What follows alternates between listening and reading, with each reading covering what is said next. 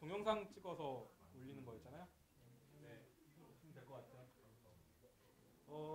이거 그냥 넘어갈게요.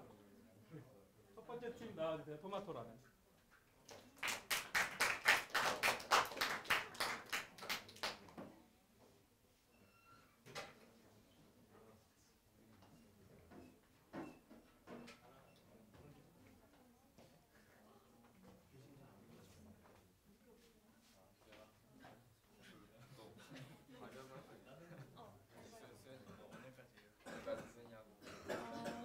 저희도 이제 스테이징을 해봤는데요. 어, 저희가 선정했던 프로세스는 전체 중에 공연하는 현장이었고요. 그래서 네, 그래서 이제까지 저희가 공연하는 버스커랑 그 카페 주인의 입장에서 맞춰서 많이 진행을 했는데, 이번에는 관객 입장에서 좀 집중을 해봐서 스테이징을 했었어요. 그래서 일단은 수행 과정은 신촌에 있는 카페에 직접 가서 각자 역할을 맡아서 했고요. 손님들이 실제로 몇 명 있었는데 양해를 구하고, 뭐 일단은 구체적인 얘기를 안 드리고 일단 뭐 여기서 잠깐 공연 같은 걸 할 거다라고 말씀을 드리고 한번 해봤어요. 그래서 카페 사장 역할을 맡았던 분이 이제 동현 오빠고, 제가 버스커 역할을 맡고 나머지는 관객 역할을 맡아서 동영상을 찍어봤는데, 일단 뭐 스크립트를 먼저 써야 되냐 이런 생각을 해봤는데, 그냥 그 역할에 그냥 바로 몰입을 해서 그냥 나오는 대로 한번 정말 역할 극을 해보자 해서 따로 스크립트는 쓰지 않고 네 해봤어요. 그래서 거기에서 일단 동영상을 잠깐 보여드리자면, 처음 부분만 조금, 이래서 앱을 쓰는 모습이랑 이제 버스킹 하는 사람이 직접 카페에 찾아가는 모습이고요. 그래서 막 이렇게 전화를 하다가, 아 그래요? 같이 봐야 돼요. 네.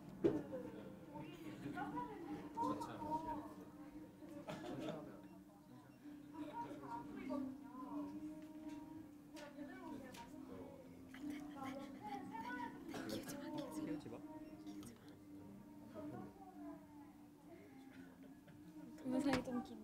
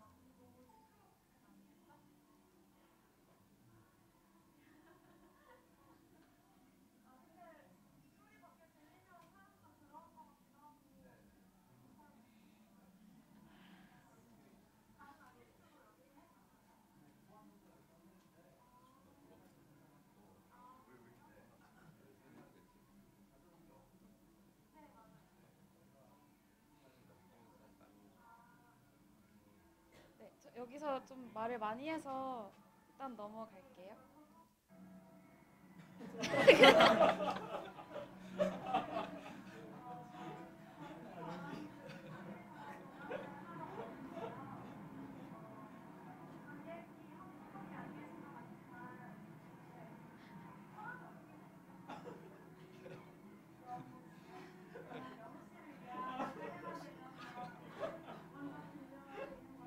넘어갈까?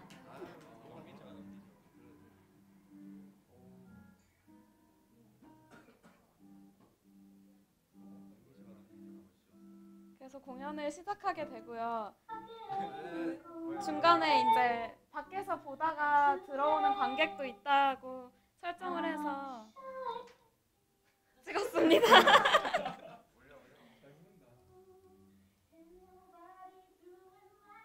그래서 실제로 관객 영상 찍는 장면이라든지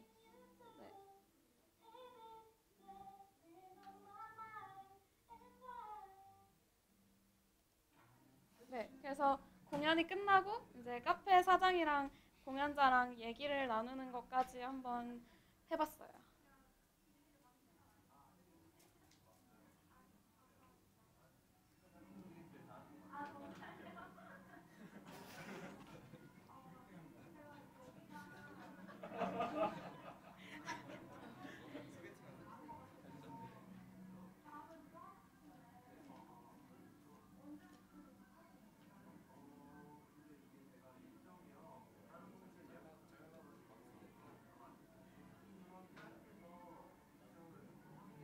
네, 그래서 지금 잘 안 들리는데 여기서 막 다음에도 여기서 이 장소에서 공연하고 싶은데 어떻게 해야 되냐. 그래서 일정이 그 홈페이지에 다 올라가 있으니까 거길 보면서 그 사이트 통해서 연락을 달라 이런 식으로 대화를 하면서 이제 마무리를 하고 마지막에 나가게 됩니다.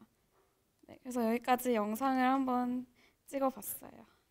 네, 그래서 여기서 얻은 인사이트는 일단 관객 입장에서 생각을 많이 안 해봤었는데 그 입장이 되어 보니까 예를 들어서 음향 장비가 정말 중요하다는 걸 알았고 그리고 원래 그냥 이걸 모르고 있었는데 갑자기 공연이 시작되니까 좀 당황스러웠지만 실제로 그러니까 거기 계시던 그냥 다른 분들 중에서 공연 이게 저희가 동영상 끝나고 나서 막 찾아와가지고 막 진짜 버스킹 언제 또 하는 거냐고 막 물어보셨거든요. 그래서 그런 걸 보니까 실제로 모르는 사람이었다고 해도 그런 어떤 한정된 공간 안에서 공연이 일어나면 사람들의 이목을 끌 수 있겠구나 해서 정말 자기 인지도를 높이고 싶은 버스커라면 이런 기회가 확실히 좋을 거라고 그런 좀 긍정적인 인사이트를 얻었어요.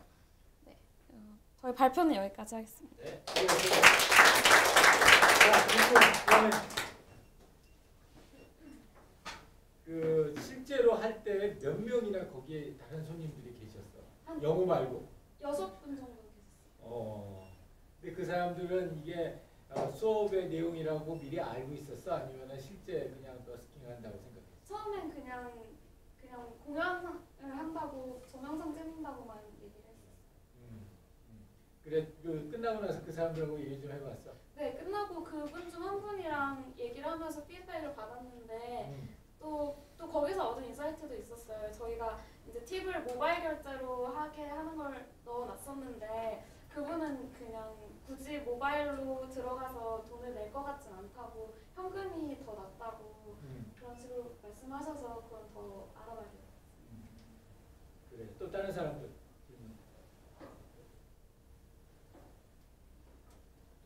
오케이 수고했습니다. 회의가 있어서 조금 늦었어요. 자, 우리 이 서비스 스테이징 하는 가장 중요한 이유는 했어? 안 했어? 서비스 스테이징을 하는 내 목소리가 지금 좀 걸어요, 그죠? 오전에 저기 멀리 강추원까지 가가지고 회의를 갖다가 하고 달려오는 바람에 조금 소리가 건데. 여러분들 배우는 이 내용 가지고서 우리 강촌에서 우리 GS 그룹 부사장님들 이렇게 모시고서 한 3시간짜리 강연이 있어서 거길 갔다가 막 헐레벌떡하고 좀 온 거예요. 자, 그 서비스 스테이징의 이제 가장 좋은 점은 실제 그 환경에서 사람들이 실제 롤 플레잉을 해보고 그거를 통해서 다른 사람들의 반응을 보는 거예요. 다른 사람들의 반응을 보고 그 사람들이 어떠한 인사이트를 우리한테 줄 수 있는가 이제 이런 걸 집중적으로 보니까 그런 의미에서 이 토마토 라면전은 아주 다른 그러니까 의도치 않았던 실제 관객들까지 이렇게 포함을 해서 진행을 했기 때문에 그런 점이 아주 좋았어요. 그런 점이 아주 좋았고 인사이트를 도출하는 점도 아주 좋았고 나는 이게 버스킹이 그렇게 그런 트렌드가 될 정도로 큰 일인지 몰랐는데 이게 이 P2P로 이런 버스킹을 할 수 있는 장소를 갖다가 플레이그라운드를 만들어 줄 수 있으면 상당히 재미있는 비즈니스 모델이 될 것 같아요. 재미있게 봤고요. 자, 우리 다음 조는 페이퍼 플레인. 페이퍼 플레인은 우리 나와서 우리 잠깐 발표를 할까?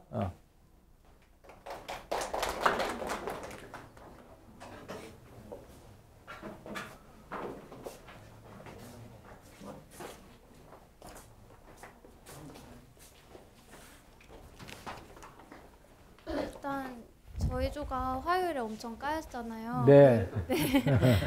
그래서 이거 획기적으로 바꿨더라고. 그래서 네? 획기적으로 바꿨더라고. 아직 안 네, 말이지. 아이디어를 그래서 지금 대폭 수정 중이라서 그때 이제 어제까지 내느라고 예전 아이디어로 그냥 스테이징을 어쩔 수 없이 진행을 했고요. 역할을 크게 2명으로 저희는 잡았어요. 한 명은 계속 나오는 페르소나 허세은 씨랑 그리고 페이퍼 플레인의 제공자인 붕 마스터가 있는데 저희는 그 나머지 사람들이 그냥 있는 게 아니라 몇 명은 비디오 촬영을 지속적으로 하고 몇 명은 기록자로서 이제 촬영 중간중간에 저희가 롤플레이를 하면서 고쳐야 될 점이거나 뭔가 느낀 점들을 계속 기록을 하는 역할을 이렇게 미리 부여를 했었고요.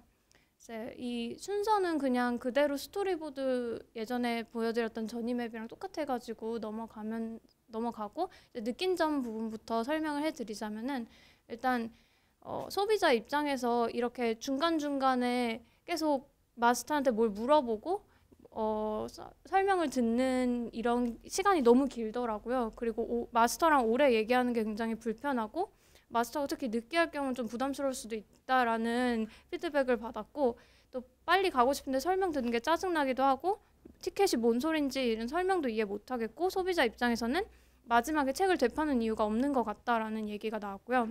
제공자 입장에서는 이제 같은 내용을 모든 소비자들한테 계속 매번 설명하는 게 너무 어렵고 시간도 많이 든다. 반응이 좋은 사람도 있는데 이런 사람들한테는 신이 나서 말을 하는데 나중에 좀 지루해하거나 시큰둥하면은 할 맛이 안 난대요. 그리고 유명 스팟이 없는 희소한 나라로 가는 사람들한테 무슨 말을 해줘야 될지도 모르겠고 또 앱이나 티켓에 대해서 구구절절 설명하는 시간을 소비자가 부담스러워하는 거가 자기가 본인 스스로 느껴져가지고 말하기가 좀 쑥스럽다. 그리고 마지막에 이제 결제를 할 때 티켓을 프린팅 하는데 그 어느 나라에 가는지 반드시 물어봐야 되는 어려움도 있고 시간도 좀 많이 들은다 이런 얘기가 나왔고요. 이제 스테이징을 체험해 보니까 이전에 느끼지 못했던 실제 소비자랑 제공자의 감정과 생각을 저희가 좀 느끼고 이 서비스가 좀 문제가 있구나라는 생각을 했고요. 전체적으로 느낀 점은 이제 서비스를 이용하는 것이 좀 쉬워야 되겠다라는 생각과 서비스를 사용할 분명한 매력적인 이유가 우리가 있어야겠다는 생각이 들었고요. 이 괄호 안에 있는 것들은 저희가 어제랑 그저께 막 얘기했던 아직 수정 중인 아이디어들이 막 있어요. 그냥 뭐 여행을 버릴까, 공항을 버릴까, 다시 시드 아이디어로 돌아갈까 이런 내용들이 있고요. 영상을 보여줄까 말까. 어떻게 할까요? 영상만 보여달라고 한 거였는데 설명은 안 해도 되고.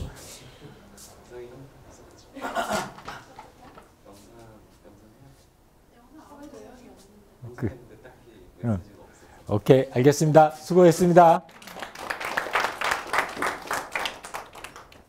자, 내가 페이퍼 플레인 여기 와서 한번 발표를 하라고 한 이유는 이제 여러 가지 새로운 아이디어를 지금 막판에 고민을 하고 있는 중이어서 피드백을 좀 받아볼 수 있으면 좋을 것 같다 하는 생각이었고요. 우리 그 다음은 서비스 스테이징에 우리 큐 누가? 저희 동영상만 보여주세요. 그래, 네, 동영상만 보여주세요. 동영상이 자신 있어.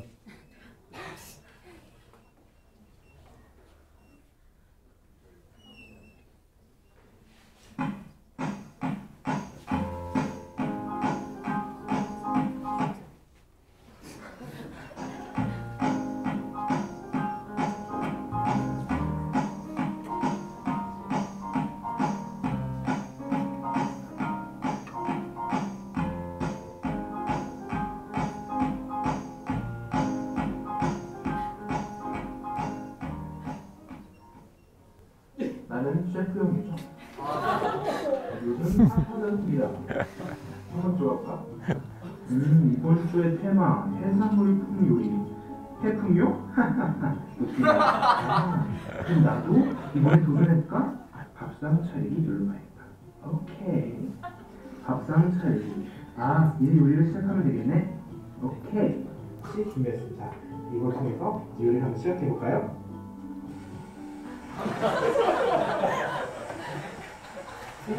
So fantastic.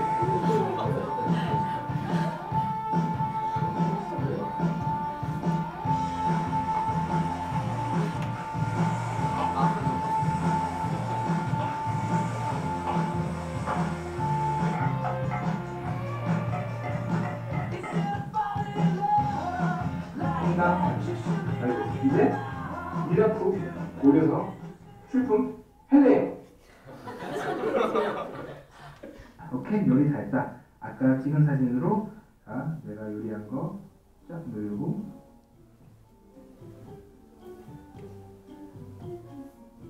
오케이, 다 올렸다.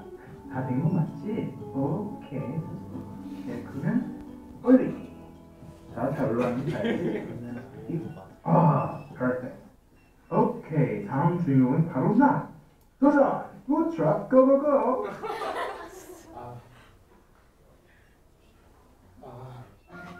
나는 이렇게 소경 유저야.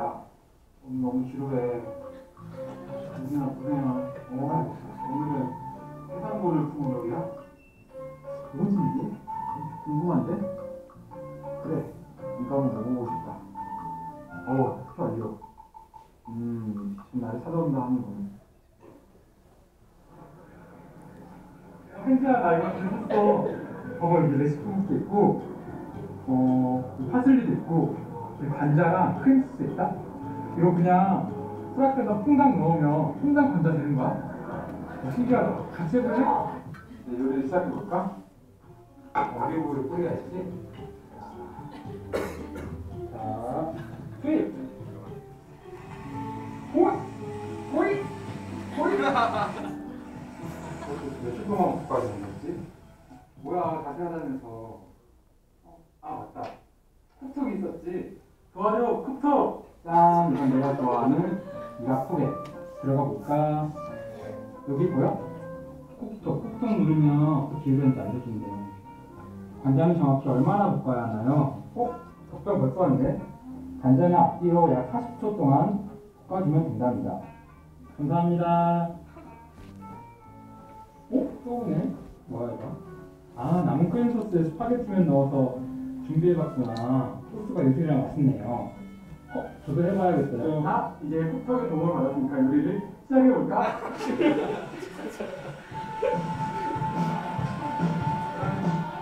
좋아!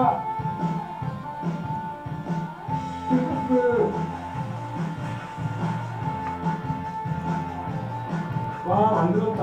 간자, 혼자 처음한테 요리 정말 잘하지 않았어요? 나는 미라클!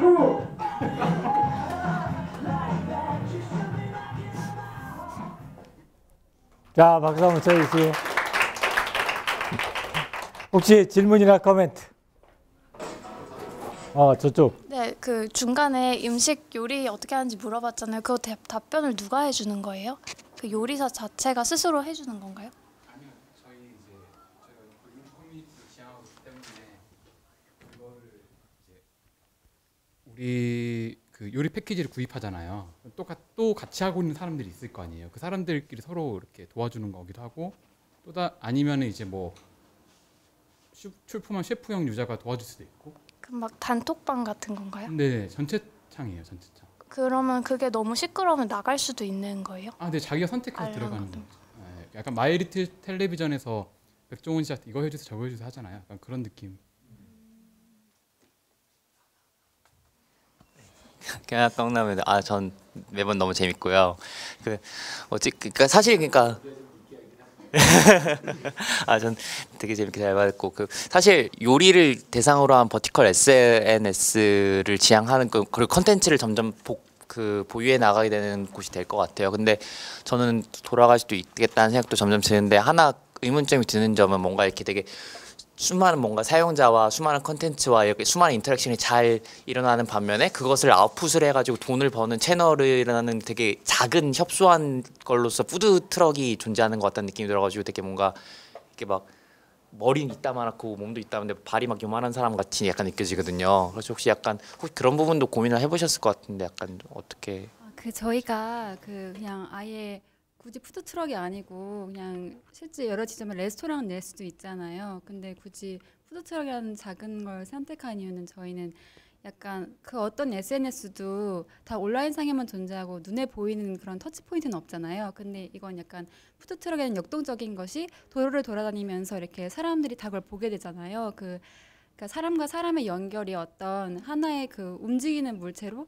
계속해서 사람들에게 보이고 그게 뭔가 느껴지는 경험, 감동 이런 게 있을 것 같아서 네, 푸드 트럭을 선택했습니다. 수익 모델이 그리고 그러니까 수익 모델 같은 경우는 기본적으로 우리가 앱을 사용할 때 요리를 계속 볼 거 아니에요. 거기서 나오는 광고 수익이 조금 있을 것 같고 찾아보니까 별로 안 되더라고요 이게. 그 다음에 두 번째로는 이제 푸드 트럭에서 직접 요리를 판매하는 수익이 있고 또 세 번째로는 이제 푸드 트럭에서 패키지 요리를 만들어요. 자기네들이 이렇게 방금 초보자 유저가 이렇게 요리를 하는 걸 봤잖아요. 그런 걸 이제 편의점이나 아니면 대형마트랑도 연결을 해서 그 요리 패키지를 팔 수도 있을 것 같아요. 그러니까 예전에 꼬꼬면이 이제 이경규가 개발해가지고 좀 대박을 터뜨렸잖아요. 그런 식으로 우리가 상품이 히트를 친다면은 이제 거기서 수익이 나올 수 있는 좀 포텐셜 레버뉴가 좀 존재한다고 생각을 하고요. 그 다음에 이제 마지막으로는 이제 방송 프로그램 같은 데다 소스를 제공하는 것도 생각을 해봤는데 이제 요즘 이제 요리 프로그램 대세니까 그런 거랑 그 다음에 정말 마지막에 가능할지 모르겠지만 이제 우리가 메뉴를 계속 개발하면서 그걸 출시하는 서비스다 보니까 프랜차이즈나 이런데 신메뉴를 이제 제공하는 차원에서의 어떤 로열티 같은 거. 근데 앞선 그 뒤에 거는 이제 되게 포텐셜한 거라서 어렵고 실제로 코스트를 계산을 해봤을 때 레버뉴 계산했을 때 푸드트럭에서도 좀 많이 팔 수 있을 걸 저희는 나왔는데 그 말씀해주신 것들이 대부분이 되게 그러니까 푸드트럭 자체 판매 말고는 파트너 끼고 들어간 형태잖아요. 네, 근데 그러면 사실 되게 주도적으로 뭔가 하기가 어려워질 수 있을 것 같은 게 자체 플랫폼에서 예를 들어 주문 그냥 받고 거기서 아까 요리 패키지 판 것처럼 플랫폼에서 그냥 바로 직판하는 거는 안 하시는 것인 건가요? 고려해 볼게요. 그러니까 저희도 좀 네. 고민이 돼서 그러니까 이게 방향이 크게 두 가지일 것 같은데 저희가 이제 아예 벤처로 나가는 방향이 있고 두 번째는 서비스 디자인이잖아요. 그러니까 디자인 우리가 팀큐가 디자인 팀이라 생각하고 어떤 CJ나 아니면 이랜드 같은 어떤 푸드 산업에다가 우리가 어떤 서비스 제안하는 형식도 될 수 있을 것 같긴 한데 전자가 된다면 이제 자체적으로 수익을 최대한 낼 수 있는 걸 찾아봐야 될 것 같긴 해요. 판다고 해도 마찬가지로 네네. 수익을 최대한 낼 수 있는 방안을 갖다 알아봐야지. 네네. 오케이, 수고했습니다. 박수 한번 쳐주세요.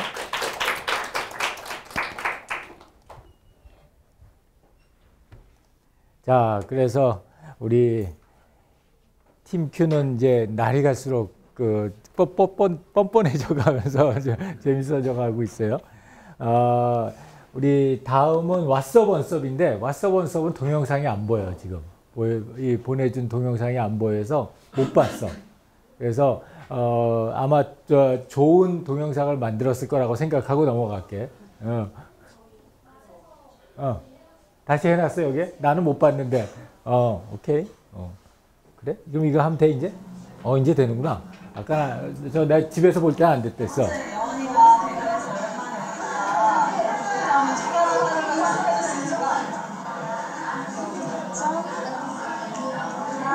뭐지? 사진을 달리나? 상품 한번 검색해볼까? 짜잔. 나는 독촌을 갈 거니까 독촌을 선택해야겠다.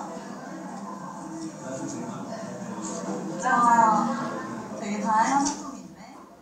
근데 신디가 제일 인기가 많네. 한번 자세히 봐야겠다. 신디 마이 페이지로 가볼까? 짜잔. 너무 마음에 들어. 꼭 해보고 싶다. 예약 문의해봐야지. 페이스북으로 로그인해야겠다. 짠! 성함. 다 됐다. 띵동. 상품 거래가 들어갔네? 슬라임. 띵동.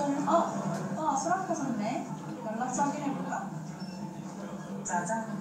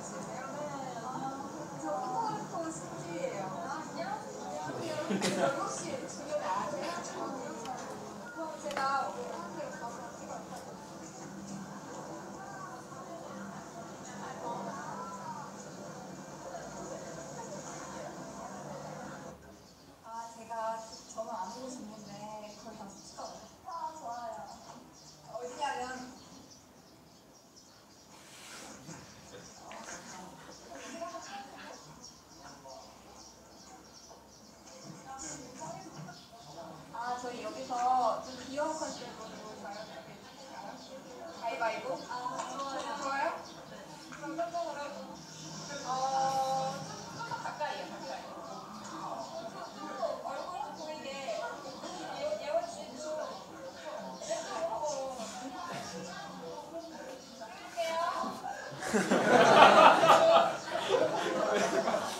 갈게.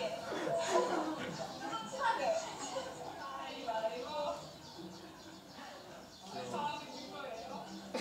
저 한 번 더 할게요. 된 것 같아요.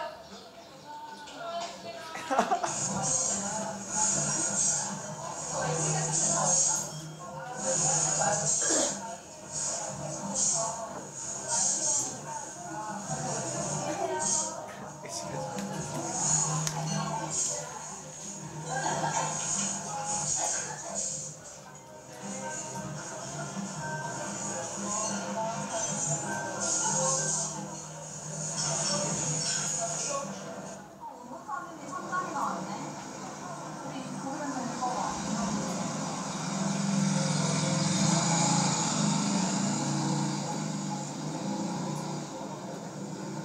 나 이거 마음에 들어. 진짜? 너도 마음에 드는 거 있어? 너무 봐봐. 나 이거 예쁜 거 같아. 그래. 다 골랐다. 이제 보내면 되겠다. 근데 사진 받으려면 이거 피드백 체크해야 되나 봐. 1번. 촬영 내내 포토그래퍼는 친절하셨나요? 어떤 거 같아? 그냥 보통. 그다음에 커뮤니케이션이 꾸준히 이루어졌나요? 말 잘 통했어? 그냥 보통이었던 거 같아. 8점. 너무 재밌었어.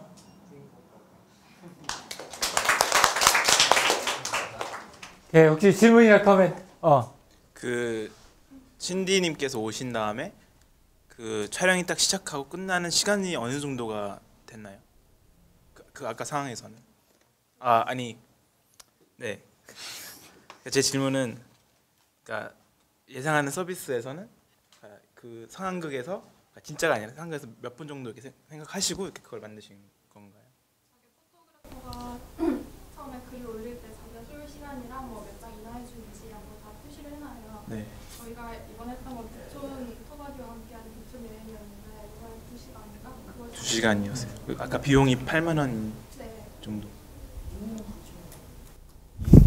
그러면 16만 원. 2인 기준. 그러면 뭐 4명이면 더 비싸요? 네. 그거 조금 이따 설명할 거야 아마. 그래서 좀 자연스럽게 먹으라고 했을 때 그 이제 인터랙션 할 때 제 생각에 자연스럽게 먹기 좀 힘들 것 같아가지고 앞에 계시는데 어떻게 둘이 그냥 생각하고 그냥 먹는 게 좀 애매하잖아요. 그래서 그런 인터랙션을 그걸 이제 정해주는 매뉴얼 같은 게 있는지 이렇게 뭐 행동하시고 이렇게 그런 게 아니면 아예 자유롭게 그냥 포토그래프 원하는 대로 그냥 2시간 동안 그냥 약간 안 좋은 말로 그냥 그냥 아무렇게나 그냥 쓰세요 그런 식으로 하는 건지 아니면 뭔가 포토그래퍼가 적극적으로 내가 잘 아는 것이 있으니까 이렇게 뜨거나 이런 것도 있고 좀 그 밥 먹는 장면이 약간 인위적인 행위를 촬영을 해야 되니까 컷 안에 더 들어가야 되니까 원래는 더 자연스러운 컨셉이니까 모르겠지 이런 거 생각해요. 오케이. 그런 매뉴얼이나 가이드라인은 우리 다음 주 화요일 날 수업에서 할 거예요. 그래서 이런 서비스를 제공할 때 어떤 형태의 매뉴얼이나 어떤 형태의 가이드라인이 함께 제공돼야 된다. 민철이가 지금 좋은 점을 지적을 해줬는데 이게 어느 정도 퀄리티 컨트롤이 되려면은 여기에 소속된 포토그래퍼들은 어떻게 행동해야 된다. 이런 것들이 나와줘야 되니까. 오케이. 우리 다음은 자연밥상이었고 그 다음은 우리 골목대장이었고 거기까지 했어요. 그래서 시간 관계상 두 팀은 넘어가고 그 대신에 내가 함께 쉐어했으면 좋겠는 게 왓썹 원섭이 보충 자료를 냈는데 이 보충 자료를 갖다 좀 다른 팀들이 보면은 도움이 많이 될 것 같아. 그래서 내 생각에 누가 했는지 대충 보이는데 자, 만든 사람이 나와서 설명 좀 하게. 근데 간단하게 어떻게 했다. 그래서 사실은 아까 그림을 안 보여주고 이걸 보여주려고 그랬댔어. 네, 저희가 저번에 비즈니스 모델 캔버스를 만들었는데 구체적인 금액을 안 넣었었잖아요. 그래서 구체적인 금액을 넣어봤는데 금액을 여기 캔버스에는 간단하게 그냥 넣었어요. 그래서 다음 장 보시면은 저희가 이제 레버뉴가 있고 코스트가 있잖아요. 근데 저희 수익은 가입비 수익은 뺐어요. 가입비 수익은 빼고 광고 수익하고 그다음에 거래가 한 건 일어날 때마다 수취하는 수수료 수익 이렇게 두 가지 수입원으로 가져가기로 했어요. 근데 이제 저희가 평균 거래 대금 보면은 저희가 포토그래퍼가 상품을 만드는데 그 만드는 상품의 평균 가격을 사실 15만 원이라고 잡았는데 이게 요즘에 이제 스냅 사진 서비스 관련한 사이트들이 굉장히 많아요. 거기 보면은 사실 정말 20만 원에서부터 40만 원까지 꽤 비싼 가격이거든요. 근데 저희는 좀 저렴한 가격을 지향을 하니까 15만 원으로 잡았어요. 이것도 2인 기준으로 그렇게 생각을 해봤어요. 그다음에 이제 지급 수수료 뭐 신용카드 수수료 빼고 나머지의 거래 수수료를 저희가 5% 그러니까 상품 대금이 이제 한번 거래될 때마다 거기에 5%를 저희가 수익으로 가져가는 그런 구조예요. 그래서 거래가 한 건 일어날 때마다 저희는 수수료 수익으로 약 7,350원 정도를 얻을 것이라고 예상을 하고 있습니다. 그다음에 이제 광고 수익 같은 경우는요. 저희가 키워드 저희 사이트 안에 배너 광고를 이제 여행사라든지 아니면 카메라 제조 회사가 배너 광고를 달 거라고 생각을 했어요. 근데 알아보니까 그 배너 광고를 CPC 방식, 클릭 한 번당 이제 비용을 부과하는 방식으로 한다면 한 번 클릭할 때마다 100원 정도의 수익이 발생한다고 해요. 그렇게 해가지고 저희가 이제 100원 곱하기 365로 그냥 굉장히 러프하게 그냥 잡아봤어요. 그다음에 이제 고정 비용 부분을 보시면은 저희는 사실 플랫폼 서비스다 보니까 변동 비용이 거의 없어요. 변동 비용이 거의 없고 거의 대부분이 고정 비용인데요. 1차 년도하고 그다음에 2차, 3차, 4차하고 고정 비용이 약간 다른데 그 이유는 웹사이트랑 어플을 구축하는 비용은 1차 년도에만 들어가고 2차 년도 후부터는 들어가지가 않잖아요. 그래서 그 부분만 다른 거예요. 그 부분만 다르고 유지 비용하고 저희 인건비하고 광고 선전비가 저의 가장 대표적인 고정 비용이 될 것입니다. 이거를 비용을 계산하는 게 좀 생각보다 어려웠는데요. 어플하고 웹사이트 구축 비용은 그 개발자들 플랫폼 사이트인 프리모아 사이트가 있어요. 거기 가서 보니까 어떤 옵션을 추가할 때마다 비용이 얼마가 추가되는지 그래서 대략적으로 어떤 웹사이트나 어떤 어플은 얼마 정도의 가격이 나오는지가 정해져 있더라고요. 그래서 그 사이트를 한번 참고를 해봤더니 저희는 사진 관련 서비스니까 굉장히 디자인이 중요하거든요. 그래서 좀 디자인도 고사양으로 가져가고 그다음에 저희 사진이니까 용량이 많을 테니까 따로 서버도 구축해야 될 것 같고 그리고 저희 사이트 안에 따로 채팅방도 넣어야 되고 어플이라고 한다면은 하이브리드 웹앱으로 할 거거든요.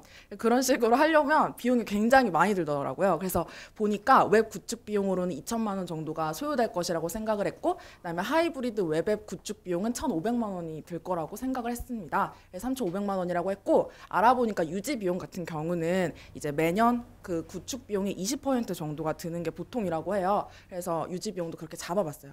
그다음에 인건비 부분은 7,200만 원인데 사실 저희가 이렇게 4명이고 저희 사이트에 그렇게 큰 인원이 소요될 거라고 생각을 안 해서 저희 4명으로 계속 잡아봤어요. 월급은 150만 원이고 그래서 150만 원 곱하기 4 곱하기 12개월 해서 나온 수치예요. 생각보다 너무 많아가지고 솔직히 좀 놀랐거든요. 그다음에 이제 광고 선전비 같은 경우는 저희가 홍보 방안을 2가지로 가져가려고 하는데 네이버나 구글에 이제 저희 그 사이트가 나올 만한 그런 키워드를 치면은 저희 사이트 그 광고가 키워드로 뜨는 그런 광고를 생각해봤어요. 그래서 알아보니까 네이버 키워드 광고 같은 경우에는 저희 사이트 한 번 클릭할 때마다 70원 정도를 부과한다고 해요. 구글도 거의 비슷한 금액이라고 생각을 해서 계산을 이렇게 해봤어요. 근데 이제 1일 예산 한도를 정할 수 있더라고요. 그래서 1일 예산 한도를 2만 원으로 잡고 그 다음에 네이버랑 구글 두 사이트를 이용할 거니까 2 곱하고 365일 잡아가지고 1,460만 원 정도가 나왔습니다. 그 다음에 언론 홍보라는 게 있어요. 그래서 저희가 기사를 쓰고 이 기사를 예를 들면은 매일경제나 중앙일보에 보내는 거예요. 그럼 이제 홍보 기사가 나오게 되는데 그거는 한 건당 20만 원으로 생각보다 저렴하더라고요. 그래서 20만 원 곱하기 저희가 신문사 2곳을 이용할 거니까 2 곱하기 그다음에 네이버랑 구글에 뜨게 할 거라서 그 사이트 2곳 해가지고 80만 원의 예산을 잡아보았습니다. 그렇게 해서 저희는 1차년도 고정비용은 토탈 1억 3천 정도가 들 것 같고 그다음에 1차년도 이후에는 토탈 9,400만 원 정도가 들 거라고 생각을 했어요. 그래서 저희가 계산을 했던 저 수수료 수익 있잖아요. 저걸로 이 고정비용을 나누면 손익분기점이 나오는데요. 그러면 연 거래 횟수로 치면 17,000건을 저희가 거래를 해야 돼요. 근데 이거를 월과 일로 나누어 봤을 때 일 거래 횟수는 약 50건 정도가 나와요. 근데 이제 50건 정도가 나오는 거는 1차년도만이고요. 2차년도부터는 저 구축 비용이 없어지면서 손익분기점이 더 줄어들어요. 36건 정도로. 근데 이게 굉장히 좋다고 생각했던 게 스냅샷이라고 별로 비활성화된 스냅 사진 서비스가 있어요. 그 사이트에 가보니까 전국에 그 스냅샷이라고 하는 사이트에 등록된 전국 포토그래퍼 수가 2,000명 정도 되더라고요. 근데 그 사이트가 그다지 유명한 사이트가 아님에도 불구하고 2,000명 정도의 작가가 있다는 것은 저희 사이트는 더 그보다 활성화될 것이니까 그보다 더 많은 작가들이 저희 사이트 안에 들어올 거란 예상을 했어요. 그래서 손익분기점은 웬만하면 넘을 수 있겠구나라는 생각을 했습니다. 그래서 저희가 한번 예상 손익 계산서랑 예상 재무 상태표를 꾸며봤어요. 근데 이거는 굉장히 보수적인 관점에서 했어요. 아까 전에 저희가 1차년도에 손익분기점이 50건이라고 했잖아요. 하루에 50건. 그래서 그냥 하루에 50건으로 하면은 저희의 매출과 저희의 비용은 또 어떻게 될 건지, 그래서 영업이익과 당기순이익은 어떻게 될 건지 정말 보수적인 가정 하에서 계산을 해보았더니 당기순이익은 1차년도에 한 1억 2천 정도 나올 거고 2차년도에는 1억 6천 쭉쭉쭉 올라갑니다. 그래서 2차년도에는 2억 정도가 나올 거라고 생각을 했어요. 이거 매출 성장은 그 거래 건수에다가 5%씩 증가한다고 예상을 했는데 그 5% 증가하는 것도 저희는 굉장히 좀 보수적인 거라고 생각을 했는데 저희가 플랫폼 서비스다 보니까 그 매출이 증가하는 곡선이 이렇게 선형으로 가는 게 아니라 곡선 형태의 비선형으로 쭉 올라갈 거잖아요. 그래서 사실은 이것보다 더 급격한 매출 성장이 있을 것이라고 기대가 됩니다. 네, 그리고 저희 그냥 이거 같은 경우에도 저희 처음에 3,500만 원 필요하다고 했잖아요. 그거를 어떻게 조달할지도 한번 생각을 해봤어요. 그래서 저희 개인적으로 한 500만 원씩만 내면 자본금 2천만 원이 모일 것 같고요. 나도 출자하게, 나도 껴줘. 네, 출자하실 분은 여기 자본금 넣어주시면 되고 그다음에 나머지 금액은 저희가 좀 비교적 저렴한 금리를 통해서 은행권을 통해서 차입을 하면 저희 웹 구축할 수 있고 어플 구축할 수 있어요. 그렇게 저희 서비스가 이렇게 짜 보니까 생각보다는 좀 그 저렴한 비용 구조라는 거를 깨달았고 그래서 잘만 하면 정말 사업으로 해도 괜찮겠다라는 생각이 들었습니다. 오케이, 수고했어요. 질문이나 코멘트. 나모.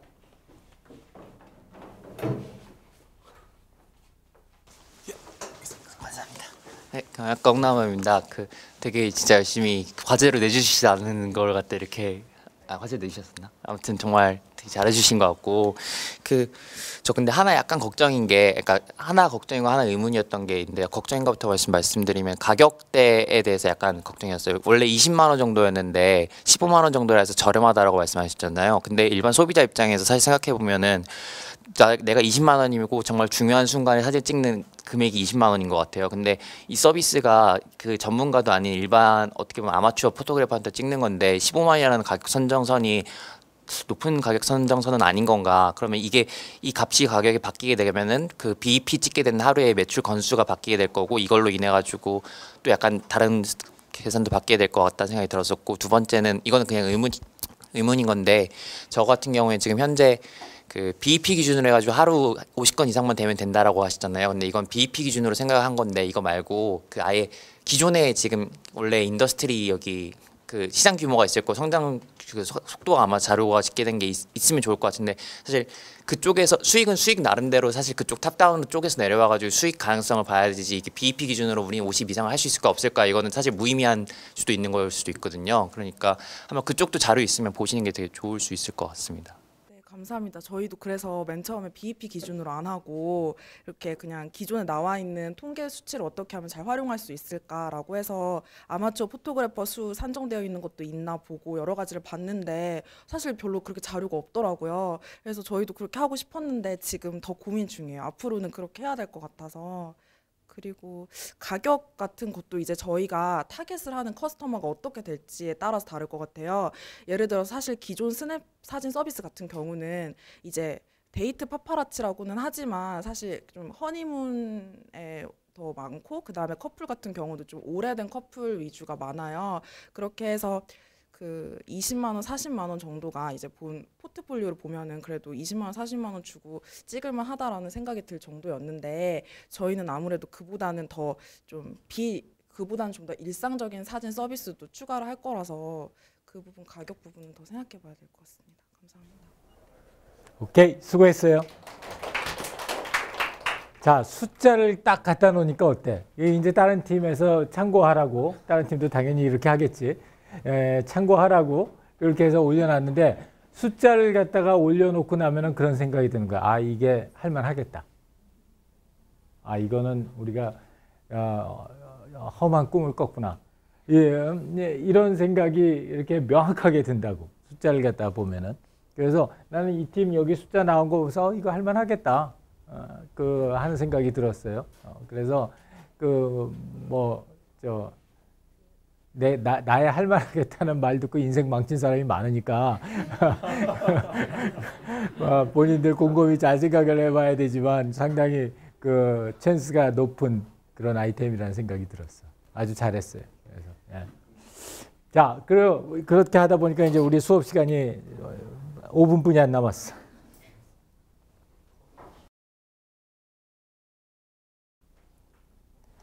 우리가 이번 주는 전부 다 딜리버리에 관한 거예요. 딜리버리에 관한 거고 이제 앞에서 화요일 날 시간에 이걸 가지고서 어떻게 우리가 스토리보드를 가지고서 실제로 콘티를 만드는가에 대한 이야기를 갖다 했고 이번에는 그걸 실제로 가지고서 전체적으로 런칭을 어떻게 할 건가. 이제 서비스 런칭을 해야 되잖아.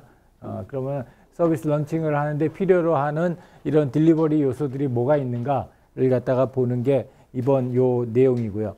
크게 보면은 기본적인 요소들을 만들어내는 거예요. 서비스의 명칭, 포털런이라고 정했으면 그 서비스의 명칭이 이미 정해진 거고, 그 다음에 태글라인, 슬로건이 있어야 되고, 그 다음에 이미지가 있고, 로고가 있어야 되고요.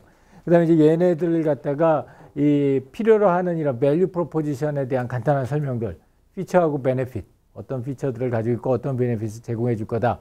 그 다음에 이 가상 시나리오에 대한 시각 자료는 우리 지난 화요일 날 얘기를 했고, 그리고 서비스 제공자가 누구다.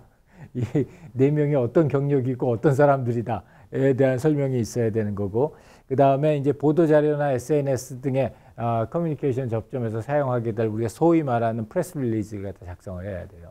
그래서 이제 그런 것들을 만들고, 서비스 제공자 사이드 입장에서부터는 이제 퀄리피케이션, 어슈어런스를 어떻게 할 거냐.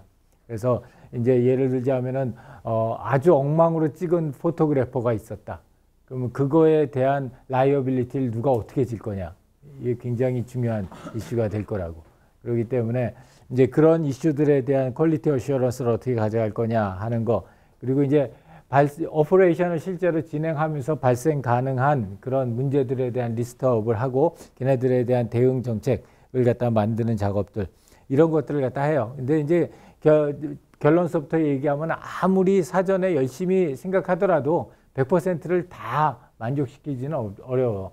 그렇지만 우리가 이걸 사전에 생각하고 준비해 가지고 런칭을 하는 거하고 전혀 아무런 생각 없이 런칭하는 거하고는 큰 차이가 있으니까 이제 이런 것들 준비를 해야 된다는 거고요. 그래서 서비스 브랜드 커뮤니케이션을 하기 위한 중요한 내용들의 퀄리피케이션은 여러분의 어머니 아버지를 대상으로 하세요. 할머니 할아버지도 좋아. 더 챌린징하고 그분들이 듣고서 아 저런 얘기구나 하고서 이해하실 수 있게, 한눈에 보고 이해하실 수 있게 그렇게 꼭 테스트를 한번 해보고요. 이 핀터레스트 같은 경우에요. 핀터레스트가 자기의 서비스를 갖다가 런칭할 때 어떤 식으로 준비했는지 하는 내용들을 한번 보면은 굉장히 간단 명료해요. 그리고 누가 봐도 하게 핀터레스트는 버추얼 핀보드다. 이렇게 얘기하면 아 그렇구나, 핀보드인데 그걸 갖다 온라인상에서 하는가 보다. 이런 식으로 아주 명확한 그런 그 캐치플레이즈가 되고 그런 걸 통해 가지고 우리가 어떤 밸류나 피처를 제공하겠다 하는 걸 명확하게 전달할 수 있다. 그 다음에 이 감각적인 요소들, 이런 요소들 특히 이제 우리나라뿐만이 아니라 특히 전 세계적으로 이제 어프로치를 할 때는 이 유머에 대한 그 중요성이 굉장히 커. 그래서 지금 보면은 뭐 다행히 모든 팀이 상당히 적정량의 유머를 충분히 가지고 있다고 생각하는데 이제 그런 걸 좀 양성화 시켜 가지고 보여줘야 되는 거예요. 이건 카톡 아마 여러분 기억날는지 모르는데 카톡 처음에 서비스 개시했었을 때 나온 공지사항이나 이런 것들 있어서 겁나 빠른 황소 프로젝트 뭐 이런 거 있잖아. 이게 그 당시만 해도 굉장히 파격적이었댔어요. 이런 프레스 릴리즈 그러면 굉장히 딱딱한 그런 문구들이나 이런 걸 생각을 했는데 그런 것들 했고요. 저것도 마찬가지였어요. 우리 트위터 여기 나중에 이제 해서 보면 되는데 신규 지원 채용하는 영상도 상당히 그 유머러스하게 만들어놔서 그런 것도 준비했으면 좋겠고, 이거는 지난 학기 조에서 만들었던 슬로건하고 캐치워드예요. 그래서 보고 있으면 아 이런 식으로 하는구나. 이것도 마찬가지고요. 이것도 마찬가지. 그 다음에 영상 자료는 여러분들이 지금 컨티로 준비하고 있죠. 그래서 그 컨티 자료를 갖다 그대로 사용을 할 거고, 그 다음에 그런 영상 자료들은 이런 사이트에 가보면 또 얘네들이 만들어 놓은 영상 자료들이 있으니까 걔네들도 보면은 좋고요. 그 다음에 이제 또 중요한 것 중에 하나가 요새는 여러 가지 채널들을 통해서 이 런칭 소식들이 전달돼 나가고 특히 SNS나 이런 온라인 쪽 미디어의 활용이 굉장히 중요해요. 물론 이거 뭐 당연한 얘기지만 예를 들어서 내가 지난 4월 달에 했던 컨퍼런스 3,000명 오는 컨퍼런스를 했었을 때 우리는 오프라인 미디어를 담당하는 팀이 있었고 온라인 미디어를 담당하는 팀이 있었는데 나중에 컨퍼런스 끝나고 나서 폴링을 해봤더니 온라인 미디어를 통해 가지고 접한 사람들이 90%가 넘더라고요. 그러니까 이제는 신문 광고하고 TV 광고한다는 게 의미가 없는 거예요. 그렇기 때문에 이 채널들 갖다 어떻게 다양한 형태의 채널들에 대해서 또 그 채널마다의 특성이 있어요. 내가 SNS에 내 페이스북 페이지에 올려놓는 글의 특성하고 그 다음에 트위터를 통해서 날리는 특성하고 이메일을 통해서 하는 거고 웹사이트에 올려놓는 것들이 다 다른 나름대로의 특성이 있다고. 그래서 그런 채널의 특성에 맞춰서 어떻게 그 내 메시지를 갖다가 각색할 것이냐 하는 것도 준비를 갖다 합니다. 그리고 이제 그런 것들 갖다 실제 시작하고 나서는 엄격하게 그 현재 상태를 갖다 모니터링하는 작업을 진행을 해요. 자, 그래서 우리 다음 시간에 다음 그 이제 6월 3일 날 수요일이면 이제 저 최종 결과 전 마지막 시간이에요. 그래서 여러분들이 준비할 거는 이름이 이미 정해진 거의 대부분의 팀이 정해졌지만 그걸 런칭할 때 그 이름으로 갈 건지 한번 생각해보고 태글라인 슬로건 뭘로 가져갈 건지, 그 다음에 여러분들 서비스의 심볼릭한 비주얼 랭귀지들 로고하고 여러분 타입페이스하고 이런 것들, 비록 여러분들이 전문 타이포그래퍼는 아니고 전문 로고 디자이너는 아니지만 의외로 직접 본인들이 만드는 게 좋은 결과를 가져올 때가 많이 있어요. 예를 들어서 우리 연구실 로고는 20년 거의 다 돼가. 20년 거의 다 돼가는데 본 사람은 대충 알겠지만 전혀 디자이너의 손길을 안 탄 로고예요. 안 탄 로고인데 충분히 인투이티브하게 사람들한테 전달되고 있고 대한민국에서 HCI 랩 치면은 대충 나타나는 로고는 거의 우리 랩 로고가 대부분일 거라고. 그래서 그런 거 보면은 꼭 디자이너가 아티스틱한 그런 스킬을 가지고 하지 않더라도 내용을 충분히 잘 전달할 수 있는 그런 비주얼 이미지면 되고요. 그 다음에 프레스 릴리즈를 갖다가 네 번째로 주 타겟 이용자에게 어떤 식으로 프레스 릴리즈를 할 거냐 하는 것들을 갖다 하고 그 다음에 이제 얘네들을 갖다가 실제로 이 사람들이 접할 법한 그런 채널별로 중요한 채널별로 어떻게 바꿀 거다 하는 내용까지를 해주면은 이제 여러분 레디 투 런치 하는 거야. 그래서 물론 이제 개발 계획으로 웹사이트를 만들고 앱을 만들고 하는 거가 있어야 되지만은 지금 보면은 전체 팀 같은 경우에 충분히 그럴 만한 가능성이 있어 보여서 요거 준비하는 게 우리 다음 주 수요일 날, 그러니까 목요일 날 수업 때 토론할 마지막 토론 자료입니다. 자, 질문이나 코멘트 없으면 오늘 수업 이걸로 마칠게요. 수고했어요.